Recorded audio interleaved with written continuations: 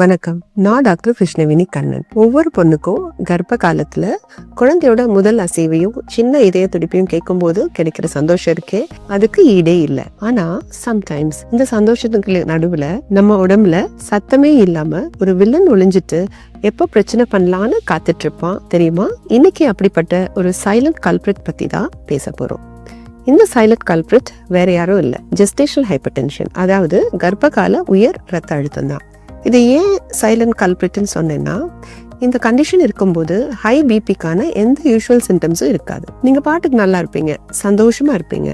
ஆனா செக்அப்க்கு வரும்போது பார்த்தா ரத்த அழுத்தம் அதிகமா காமிக்கும். அடுத்த நிமிஷம் மற்ற எல்லா சந்தோஷத்தையும் விட அந்த ஹை பிபி அப்படிங்கிற ஒரு வார்த்தை மட்டும்தான் பெருசா ஒலிக்கும். இதனால குழந்தைக்கு ஏதாவது ஆபத்தா அப்படின்னு மனசு திண்டாட ஆரம்பிச்சிடும். முதல்ல நீங்க ஒண்ணு நல்லா புரிஞ்சுக்கணும், கர்ப்ப காலத்துல பிபி அதிகமாகிற எல்லா நிலையும் ஆபத்தானது கிடையாது. ஜெஸ்டேஷனல் ஹைப்பர்டென்ஷன்ங்கிறது உங்க கர்ப்பத்தோட 20வது வாரத்துக்கு அப்புறம் உங்க ரத்த அழுத்தம், அதாவது பிபி முதல் முறையா அதிகமாகிற ஒரு தற்காலிகமான நிலை தான்.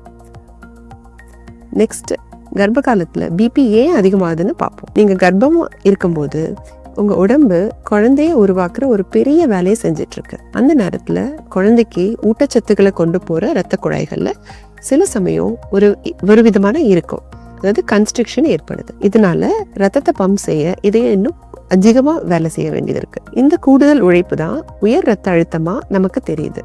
பட் நான் ஏற்கனவே சொன்ன மாதிரி இது ஒரு தற்காலிகமான போராட்டம் தான். குழந்தை பிறந்த பிறகு இந்த போராட்டம் முடிஞ்சு மோஸ்ட்லி உங்க உடம்பு பழைய நிலைமைக்கு திரும்பிடும். இது ஒரு எல்லோ லைட் சிக்னல் மாதிரி நினைச்சுக்கோங்க. உடனே என்ன ஆச்சோ ஏதாச்சோன்னு பயப்பட தேவையில்லை. உங்க உடம்ப இன்னும் கொஞ்சம் கூடுதலா கவனமா பாத்துக்கணும், அவ்வளவுதான்.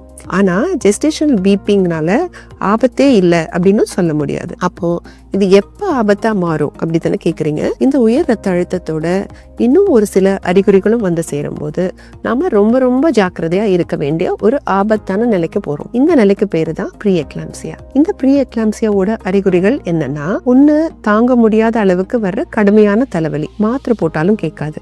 2, கண் பார்வையில மாற்றம், அதாவது பார்வை மங்கலா தெரியுது, கண்ணு முன்னாடி சின்ன சின்னதா புள்ளிகள் பறக்கிற மாதிரி இருக்குது. 3, வயிற்றோட மேல் பகுதியில குறிப்பா வலது பக்க வெலா எலும்புக்கு கீழே வர்ற ஒரு வலி. 4, திடீர்னு முகம், கையே, கால்கள்ல வர்ற அதிகமான வீக்கம். காலையில தூங்கி எந்திரிக்கும் போதே முகம் உப்பி இருந்தா உடனே கவனிக்கணும்.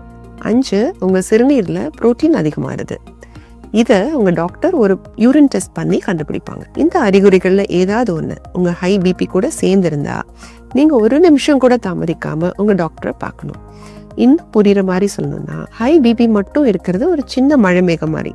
ஆனா அந்த மேகத்தோட இடி, மின்னல் எல்லாம் சேரும்போது எப்படி இருக்கும், அதுதான் ப்ரீ எக்லாம்சியா. அப்ப நம்ம உடனே பாதுகாப்பான இடத்துக்கு போகணும் இல்லையா, அதே மாதிரிதான்.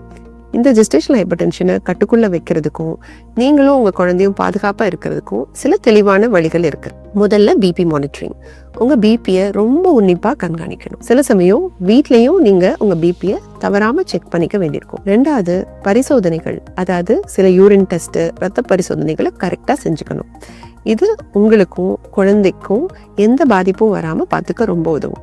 3வது, குழந்தையின் வளர்ச்சி ஸ்கேன், அதாவது பேபியோட growth ஸ்கேன். உங்க குழந்தையோட வளர்ச்சியை உன்னிப்பா கண்காணிக்கணும். அதுக்காக சில தேதிகள்ல நீங்க ஸ்கேன் எடுக்க கண்டிப்பா வரணும்.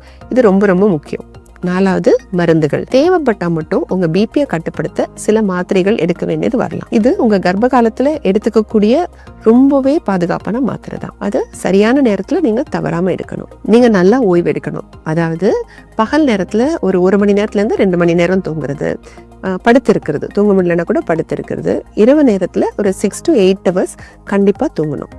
முடிஞ்ச அளவுக்கு டென்ஷன் இல்லாம ரிலாக்ஸா மனசை அமைதியா வச்சுக்கோங்க. இதுவே உங்க பிபியை கட்டுப்படுத்த பெரிய அளவுல உதவும்.